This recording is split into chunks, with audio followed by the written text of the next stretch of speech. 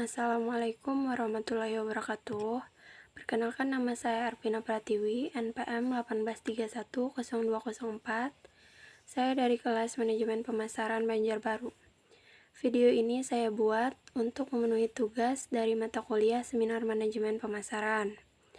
Untuk mempersingkat waktu, langsung saja saya jawab pertanyaan yang pertama, yaitu mengapa perusahaan menggunakan saluran distribusi, dan jelaskan fungsi-fungsi yang dijalankan saluran distribusi tersebut. Saya menjawab, adanya tujuan saluran distribusi ini supaya memudahkan perusahaan untuk menyalurkan barang tersebut, agar nantinya barang yang diproduksi tidak menumpuk serta bisa mengakibatkan kadaluarsa. Dengan menerapkan saluran distribusi, maka konsumen dapat menikmati barang yang diproduksi oleh perusahaan lebih cepat. Fungsi utama saluran pemasaran adalah menyalurkan barang dari produsen ke konsumen, atau dari perusahaan kepada pelanggan.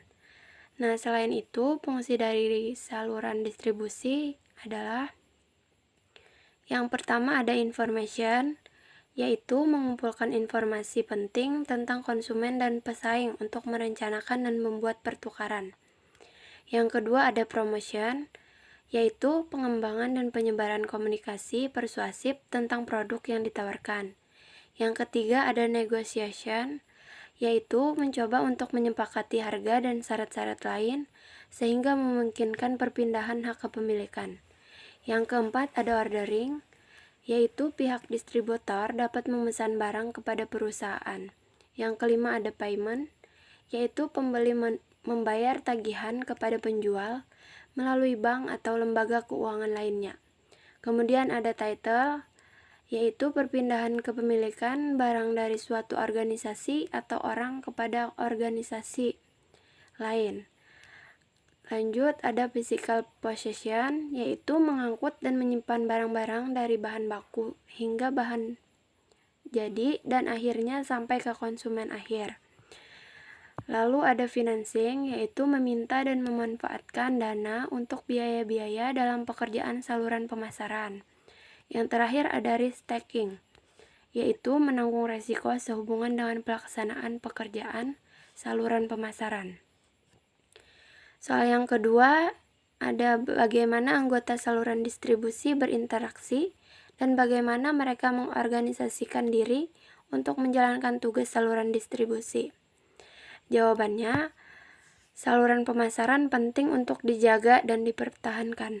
Pasalnya, jika saluran tidak berjalan secara efektif dan efisien, bisa jadi produk yang sampai di tangan konsumen akan mengalami masalah di tangan konsumen, bahkan gagal tiba.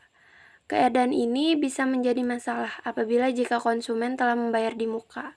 Sebaliknya, jika berjalan dengan baik, seluruh pihak akan diuntungkan. Produsen dapat menyalurkan barangnya sehingga bisa menjaga kelangsungan produksi. Konsumen pun mudah mendapatkan barang atau jasa yang diperlukannya. Nilai guna suatu barang pun akan meningkat sebagaimana barang yang menumpuk pada produsen tidak akan bisa dirasakan manfaatnya oleh masyarakat. Harga barang juga akan stabil karena terdistribusi dengan baik ke seluruh wilayah melalui saluran pemasaran ini. Soal yang ketiga, yaitu peran pengecer dan perusahaan perkulakan dalam saluran distribusi.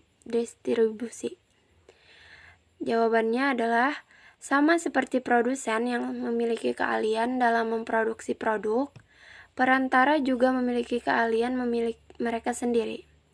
Pedagang grosir mengembangkan diri dalam mentransfer produk dari berbagai produsen ke pengecer dalam jumlah yang besar. Demikian pula, pengecer memiliki keahlian dalam menjual berbagai macam barang dalam jumlah yang lebih sedikit untuk lebih banyak pelanggan akhir. Karena saluran distribusi atau grosir dan pengecer, konsumen dapat membeli produk yang dibutuhkan pada waktu yang tepat dari toko yang berlokasi strategis, secara geografis lebih dekat daripada memesan dari pabrik yang berlokasi jauh. Dengan demikian, sedikit perantara dalam memecahkan masalah yang besar dan memenuhi permintaan pelanggan yang lebih. Sekian penjelasan dari saya. Apabila ada salah kata, Mohon dimaafkan. Wassalamualaikum warahmatullahi wabarakatuh.